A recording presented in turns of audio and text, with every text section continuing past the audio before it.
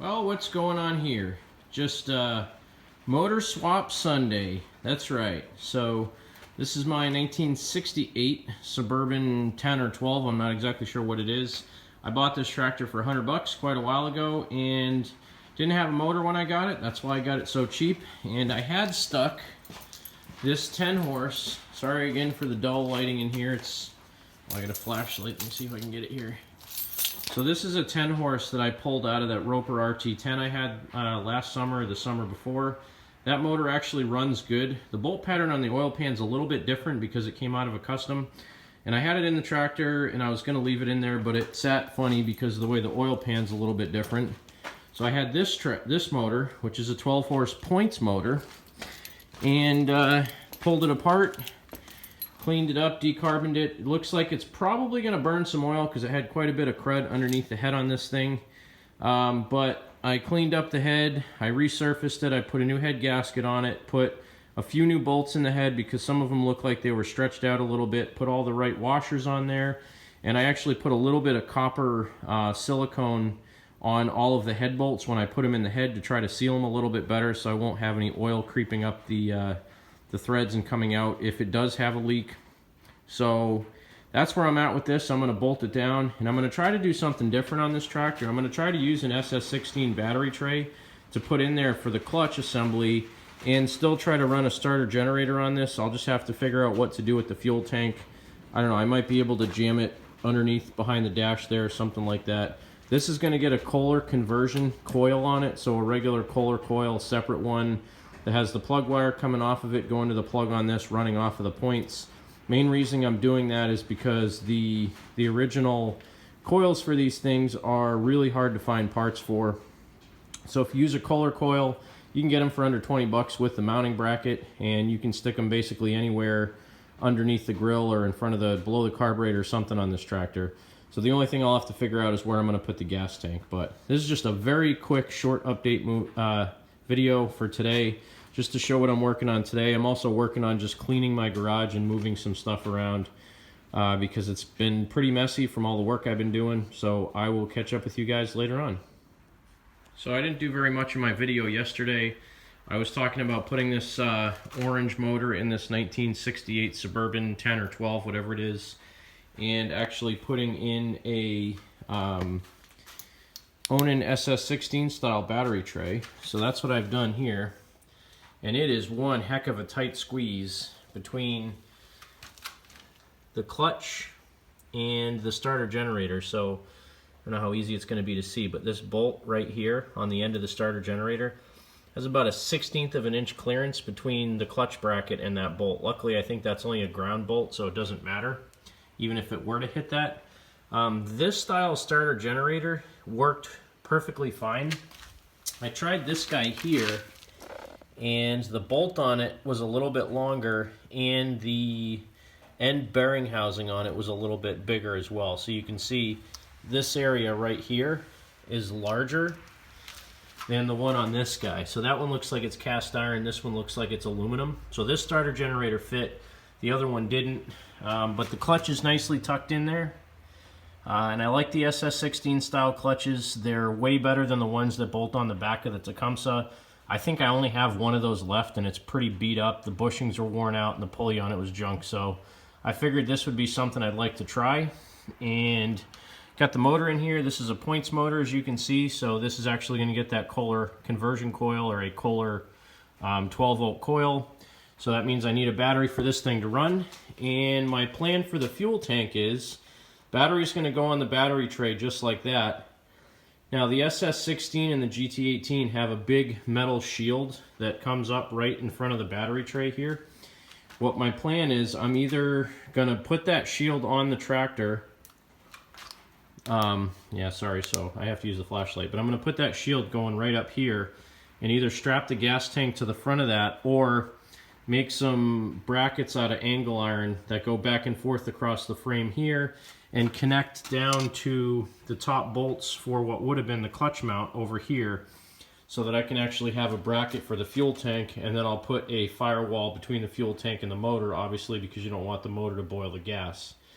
So that setup is going to be pretty cool, I think. I've never seen this done on a Suburban 10 or 12.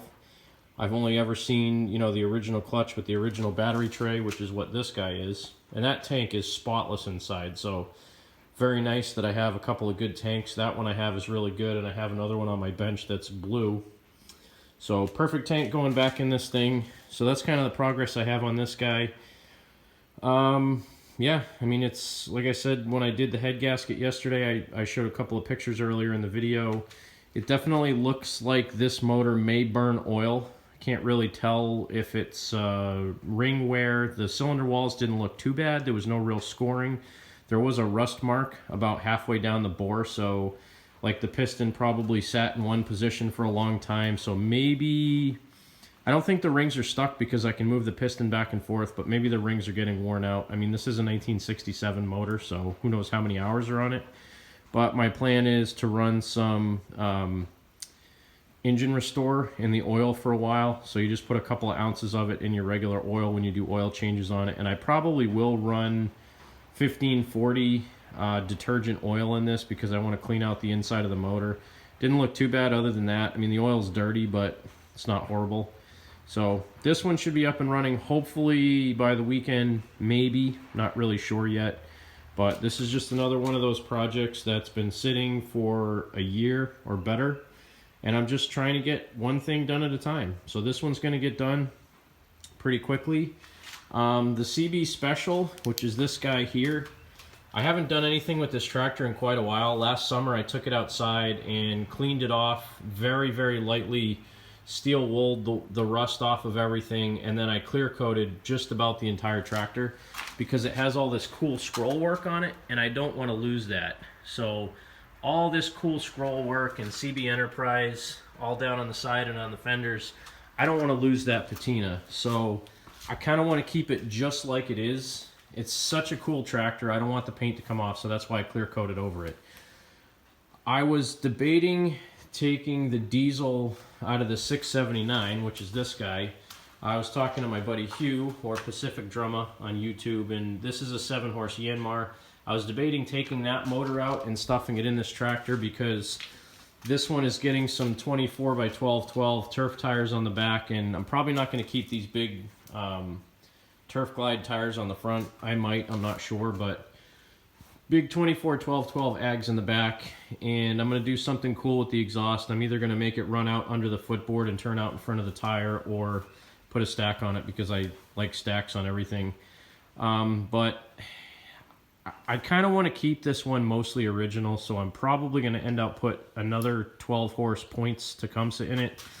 Over there on my bench I have 2 of them. The one on the right is actually out of a 66. That's another Points motor, and that motor ran exceptionally well. No smoke, nice and quiet. The one on the left is another Points motor. That one came out of a Hydrotrack that I had.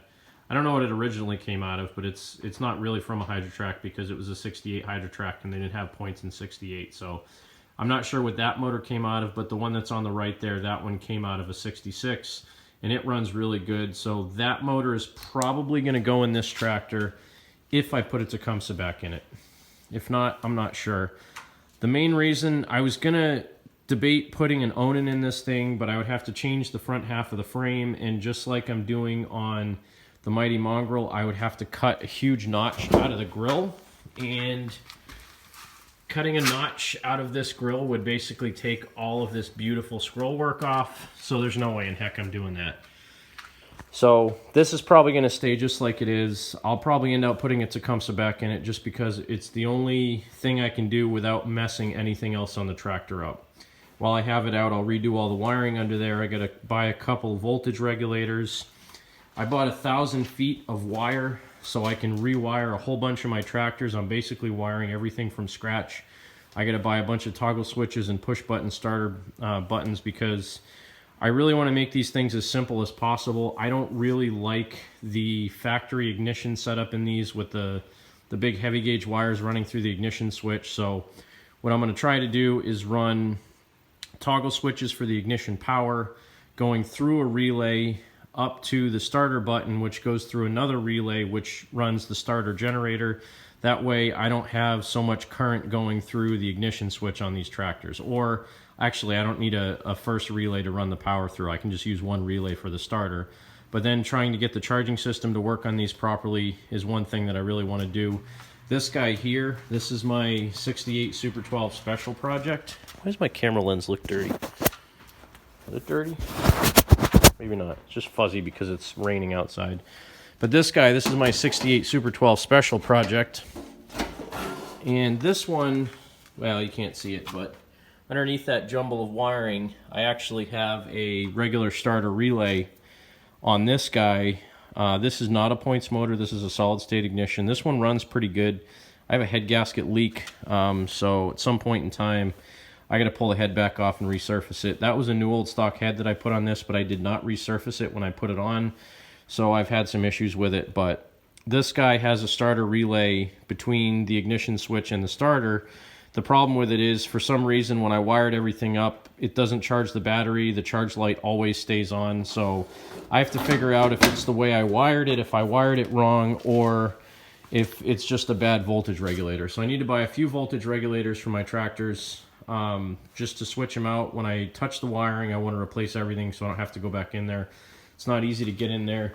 I will say one thing that's nice about putting this SS16 battery tray in here, there is so much room to get in there and work. So everybody complains about the battery tray being in the way when you're trying to work on the starter generator. You can get it in and out through the side. It is a complete pain in the butt.